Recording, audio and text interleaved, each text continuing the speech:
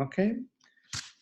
Good afternoon. It's Leonardo Piccinetti from ETV4INNOVATION, and today for the ETV4INNOVATION environmental certification technology verification of Erasmus Plus, we have a pleasure to presenting the module 3 for environmental technology verification procedures for the e-learning platform. And it's a privilege to introduce Professor Florent Bourgeois from Institut National Polytechnique de Toulouse in France, which is going to present in this work jointly with the Danish partner, the CEO from the Purfield from Denmark, Anders Stanch. So ideally today is to give an overview about the module, how we're going to structuring the module in the learning platform, and they give an opportunity for the participant on the platform to understanding better the procedures. Good afternoon, Florent. How are you? Good, thanks. Very good. So we'll be very happy and very exciting to listen from you your introduction of your model. How is will be structured for the learning platform? So I leave you the floor to you to give you an opportunity to show how it looks like. All right.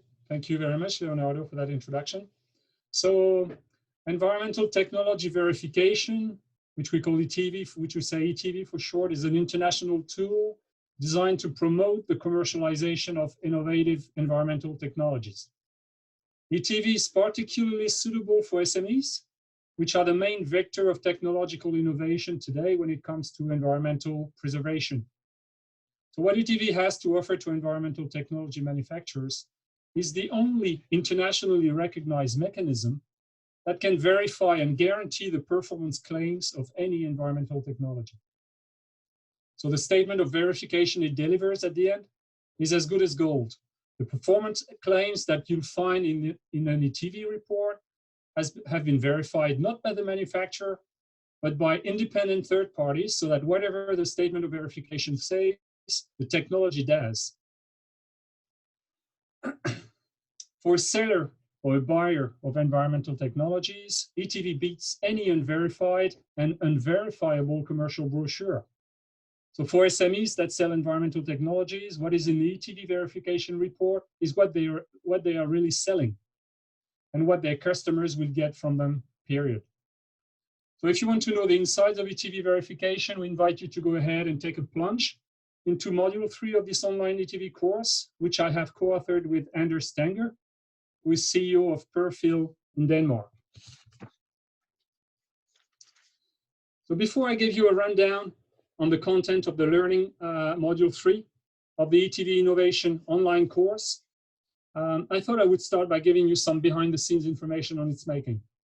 So in this learning module, we did not aim really to produce textbook material about ETV, and the learning material is anything but a textbook. There are already many well-written references about ETV out there, to which this module makes numerous references, of course. So I'm thinking about the General Verification Protocol, also known as the GVP, which spells out everything there is to know about the ETV verification workflow. The ETV Guide for Proposers, written by the European Commission, the ISO 17020 standard, one of the quality pillars of the ETV scheme, and so on. So this module is not a rewrite of documents that you can find out there about ETV. What would be the point, really? So what we propose with this learning module is an interpretation of existing documents instead, in light of our practical experience with ETV, with the objective of telling developers of eco-technologies how we understand the ETV scheme and how we think they should apply ETV to verify and promote their products. So we've really tried to position this course material at the level of practitioners and SMEs. By that, we mean actual developers of environmental technologies for whom we believe ETV can be a great promoter for their commercial products. So when you approach this learning module, you should not expect anything academic nor scholar. You should expect something that reads more like a story with comments, tips, and illustrations that all come from our field experience and our understanding and interpretation of what ETV stands for. That is why the course material uses verified technologies by Purfield as the common thread. As I said earlier, the driver behind this learning module is an attempt to explain ETV to those who can really benefit the most from it, meaning developers of environmental technologies. So by the time you complete this course, you will have learned about the complete workflow of the ETV verification.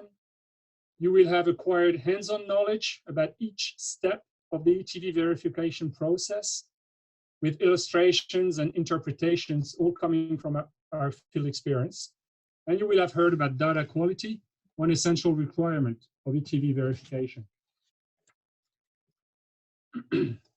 Overall, Module 3 is structured around 4 lessons, whose content I'm going to describe briefly now. Since this learning module is case-based, the first lesson presents two verified environmental technologies from Perfil, to which the module will keep making references. These technologies deal with valorization of agricultural wastes from animal farms and wastewater treatment plants. By the time you get to Module 3 of the ETV4INNOVATION online course, you will have learned about ETV, that ETV is a verification tool dedicated to innovative environmental technologies, which are basically innovative technologies that can preserve and possibly improve the quality of the environment. Lesson 2 presents all features of environmental technologies that make them eligible for ETV. This includes their environmental added value, considering their manufacturing, use, and end-of-life phases, their market readiness, as ETV deals only with ready-to-market technologies, their degree of innovation compared to existing technologies, and so on. ETV uses an interesting approach for checking the eligibility. To assist practitioners with the eligibility of their products, we have developed an online questionnaire, which we've called ETV Readiness Level Questionnaire. And we invite developers of environmental technologies to try it in order to assess the eligibility of the eco-technologies for the ETV verification. Now, lesson 3 is the core lesson of this learning module. Here you'll be taking a walk through all the individual steps of the ETV verification process, one after the other. The ETV verification process may seem off-putting at first, as it involves a number of parties and a complex workflow. To make it simple to understand, we have developed this module like a story, going back through the actual ETV verifications of the selected case studies, with illustrations and comments based on actual experience from Perfil CEO Anders Stanger. Finally, lesson 4 is the last lesson of this learning module.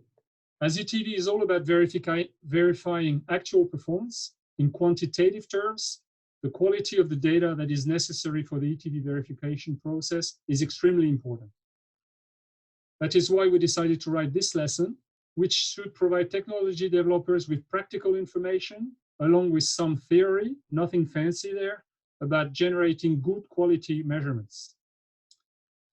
So that is all for Module 3 of the ETV4INNOVATION online course on environmental technology verification, and I hope you enjoy the course.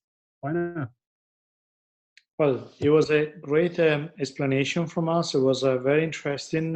In particular, one of the messages we would like to say as a ETV, in particular for the content of the module, which is, I believe you completely agree on this, is the interpretation of the information that has been gathered. Because this is not a scientific-based research, but is to give in very practical way an opportunities to guidance the different stakeholders. And that is interesting also to see this questionnaire that we'll be targeting in order to engage this. So I will be very happy to congratulate for your work that you have done with Anders.